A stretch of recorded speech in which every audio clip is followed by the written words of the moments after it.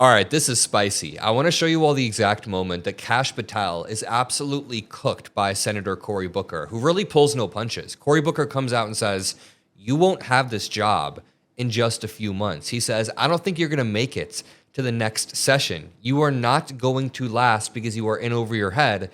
Everything Cory Booker says rings true. Whether it's the Charlie Kirk shooting or the Epstein files, Kash Patel is becoming increasingly unpopular, and that is borne out in the data. You know, before we jump in to Cory Booker, just cooking Kash Patel, I think it's fair to play AOC's clip from earlier in the day. This is from a different hearing where she exposes the Trump administration's cutting of jobs across the country. Keep in mind, the economy is in a very sensitive position. We are losing jobs. It is not good, and AOC breaks it down further. Watch until the end and make sure you drop a like. Now,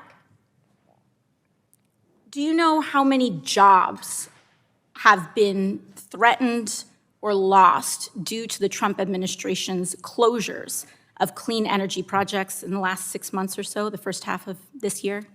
I'm not aware of any such analysis. 91,000. Trump administration and Department of Energy policies have cost Americans 91,000 jobs nationwide in rollbacks on efficiency. And, you know, these large numbers are statistics. They're hard to, I think, people to understand when they show up on a white paper. But in Colorado's 8th district, Amprius Technologies canceled plans to construct a $190 million battery plant in Brighton, Colorado. In that same district, actually, another company, VSK Energy, canceled plans due to the Trump administration, canceled their plans to build solar panels, and they scratched a $250 million investment and up to 900 jobs in that same district. In Georgia 12, an EV plant was canceled due to the Trump administration and DOE's freezing of the EV charging program. Registered Georgia has a population of 157 people. They lost out on 166 jobs. They lost more jobs than they have people in that town because of the cancellation and war on renewable energy and clean energy here. In that same district, a copper foil manufacturing plant went bankrupt as a result of these rollbacks, and Augusta, Georgia lost out on 350 jobs. And I mean, the list goes on. In South Carolina, 250 jobs when a construction of an EV plant in Florence was halted due to DOE's freezing of funds. I mean, we could go on. In Michigan 10th, 167 jobs were lost after $50 million worth of investment. These are all freezes in renewable and clean energy construction and development projects.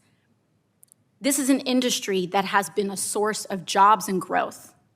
This administration, the Trump administration, is destroying the American economy, destroying American jobs. 91,000 jobs in this sector alone. I have one simple question. In these towns and areas, what is the DOE's plan to replace those jobs in those affected areas? I'll say this is beyond the scope of what I'm prepared to testify to today. I'd be happy to take the question for the record in regard to the analysis that you cited here regarding job loss. What an incredibly weak answer. AOC laid it all out, absolutely cooked him, and he had no answer. Let me show you Senator Cory Booker coming out swinging and confronting Kash Patel to his face. Let me remind you that this call sheet prediction market asks, who will leave their Trump role in the administration this year? In first place, it's actually Dan Bongino, the deputy director of the FBI. Then it's Kash Patel, the director of the FBI. Then it's Pam Bondi.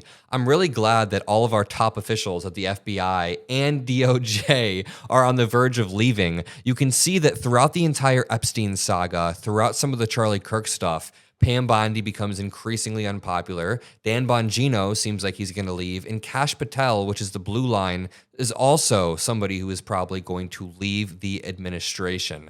Let me play you this clip right here. But here's the thing, Mr. Patel. I think you're not going to be around long. I think this might be your last oversight hearing. Oh. Because as much as you supplicate yourself to the will of Donald Trump and not the Constitution of the United States of America, Donald Trump has shown us in his first term and in this term, he is not loyal to people like you. He will cut you loose. This may be the last time I have a hearing with you because I don't think you're long for your job. But I'm going to tell you this. I pray for you. I pray for you that you can step up and defend your oath, defend the Constitution, and do a much better job of defending this country. Thank you, Mr. Chairman. Do you want to say anything? Yes, at this sir. point? That rant of false information does not bring this country together.